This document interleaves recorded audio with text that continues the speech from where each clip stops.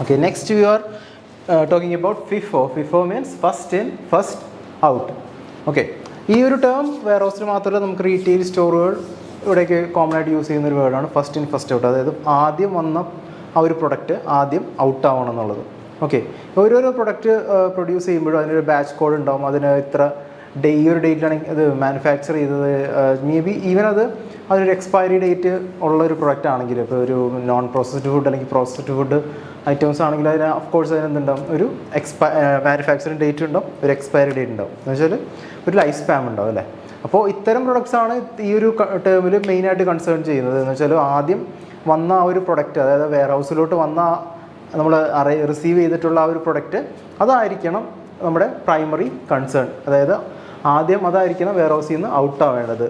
Okay, എനിക്ക് അതിൻ്റെ തന്നെ സെയിം പ്രൊഡക്റ്റ് ആയിരിക്കാം, അല്ലെങ്കിൽ അതിൻ്റെ തന്നെ ഓൾട്ടർനേറ്റീവ് പ്രൊഡക്റ്റ് ആയിരിക്കാം പിന്നീട് വരുന്നതെങ്കിലും ആദ്യം വന്ന പ്രൊഡക്റ്റ് ആയിരിക്കും നമുക്കവിടെ കൺസേൺ, നമ്മുടെ പ്രൈമറി കൺസേൺ ആയിട്ട് വരേണ്ടത്. അപ്പോൾ ആ ഒരു ടേമാണ് ഫസ്റ്റ് ഇൻ ഫസ്റ്റ് ഔട്ട് എന്ന് ഉദ്ദേശിക്കുന്നത്.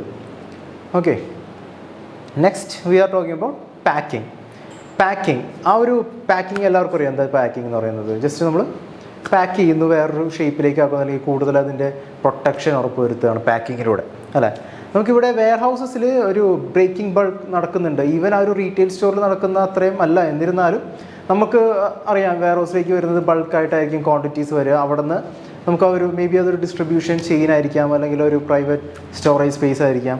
ഇവിടെ നിന്നൊക്കെ എന്താണ് ആ ഒരു ബൾക്ക്നെസ് ബ്രേക്ക് ചെയ്തിട്ടാണ് എന്ത് ചെയ്യുന്നത്, അതിൻ്റെ സബ് ഈവൻ സെൻറ്റേഴ്സിലോട്ടോ അല്ലെങ്കിൽ സ്റ്റോറിലേക്കോ അല്ലെങ്കിൽ ഈവൻ ഫേംസിലോട്ടോ ഒക്കെ അവിടെ നിന്ന് പോകുന്നത് അല്ലേ.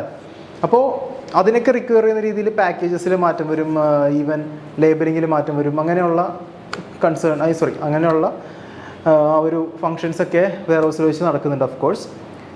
അപ്പോൾ തന്നെ നമുക്കറിയാം ഈ പല ടൈപ്സ് ഓഫ് വെയർ ഹൗസസ് ഉണ്ട്. ഓരോ വെയർ ഹൗസസിൻ്റെ ഓപ്പറേഷൻസും ഡിഫറെൻ്റ് ആയിരിക്കും. പാക്കേജിങ് വരുന്ന ടൈപ്പ് ഓഫ് വെയർ ഹൗസസ് ഉണ്ടാവും, ലേബലിംഗ് കൈൻഡ് ഓഫ് ഓപ്പറേഷൻസ് ചെയ്യുന്ന രീതിയിൽ വെയർ ഹൗസ് ഉണ്ടാവും. ഈവൻ നേരത്തെ പറഞ്ഞ പോലെ ക്രോസ് ഡോക്കിംഗ് ചെയ്യുന്നതും ചെയ്യാത്തതുമായിട്ടുള്ള വെയർ ഹൗസസ് ഉണ്ടാവും. ഓക്കെ, അതൊക്കെ ഓരോരോ വെയർ ഹൗസിൻ്റെയും ആ വെയർ ഹൗസസ് ഹാൻഡിൽ ചെയ്യുന്ന അവരുടെ ആ ഒരു ഓപ്പറേഷൻ സ്റ്റൈലും ഒക്കെ കൺസിഡർ ചെയ്തിട്ടിരിക്കും.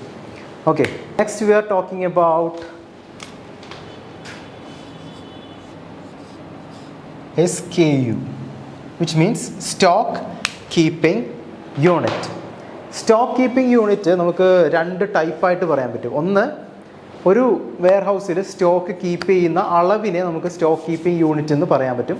അതുപോലെ തന്നെ SKU സ്റ്റോക്ക് കീപ്പിംഗ് യൂണിറ്റ്, അത് നമുക്ക് ഇപ്പോൾ ബാർകോഡിനായിട്ട് സാമ്യമുള്ള ഒരു 8 ഡിജിറ്റ് നമ്പർ ഉണ്ട് നമുക്ക്.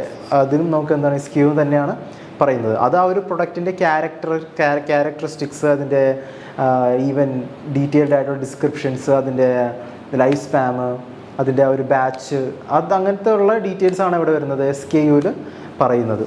ഓക്കെ, അപ്പോൾ ഈ ടേംസിനെയൊക്കെ നമുക്ക് SKU ആയിട്ട് കൺസിഡർ ചെയ്യാം. അതും വളരെ ഇമ്പോർട്ടൻ്റ് ആയിട്ടുള്ളൊരു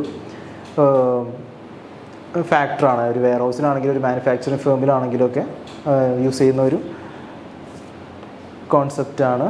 cycle count. Next is cycle count എന്ന് പറഞ്ഞാൽ ഒരു റെഗുലർ ബേസിസിൽ നമ്മുടെ ഫിസിക്കൽ സ്റ്റോക്ക്, നമ്മുടെ കയ്യിലുള്ള ഫിസിക്കൽ സ്റ്റോക്കിനെ ഫിസിക്കലി കൗണ്ട് ചെയ്തിട്ട് ഉറപ്പ് വരുത്താണ് നമ്മളുടെ കയ്യിലുള്ള സ്റ്റോക്ക്. ഐ മീൻ നമുക്കൊരു വേറൊരു QH means quantity in hand എന്ന് പറയും നമ്മൾ. ലൈക്ക് നമ്മുടെ സിസ്റ്റം QH, നമ്മൾ വൺസ് റിസീവ് ചെയ്തിട്ടുള്ള വെയർ ഹൗസിലേക്ക് റിസീവ് ചെയ്തിട്ടുള്ള സ്റ്റോക്ക് നമ്മുടെ സിസ്റ്റത്തിലേക്ക് ഡാറ്റ ആയിട്ട് സേവ് ചെയ്തിട്ടുണ്ടാവും. അപ്പോൾ വന്നിരിക്കുന്ന ആ ഒരു എമൗണ്ട് ഓഫ് ഗുഡ്സ് നമ്മുടെ ഫിസിക്കൽ സ്റ്റോക്കുമായിട്ട് നമ്മുടെ ഡാറ്റയും ഫിസിക്കൽ സ്റ്റോക്കും തമ്മിൽ ടാലി ആവുന്നുണ്ടോ എന്ന് അറിയാൻ വേണ്ടിയിട്ടാണ് എന്ത് നടത്തുന്നത്, സൈക്കിൾ കൗണ്ട്സ് അവിടെ നടത്തുന്നത്. ഓക്കെ, ഇപ്പോൾ നമുക്കൊരു 10 ലെയ്സാണ് നമ്മുടെ സ്റ്റോക്കായിട്ട് അവിടെ ഇരിക്കുന്നതെങ്കിൽ ആ 10 ലെയ്സാണ് സിസ്റ്റത്തിൽ കാണിക്കുന്നത്. ഇത് തന്നെയാണ് നമ്മുടെ കയ്യിലുള്ളതെന്ന് ഉറപ്പ് വരുത്തുക. അത്തരം കൈൻഡ് ഓഫ് കാര്യങ്ങൾക്കൊക്കെ വേണ്ടിയിട്ടാണ് നമ്മൾ എന്ത് പറയുന്നത്, സൈക്കിൾ കൗണ്ട് യൂസ് ചെയ്യുന്നത്.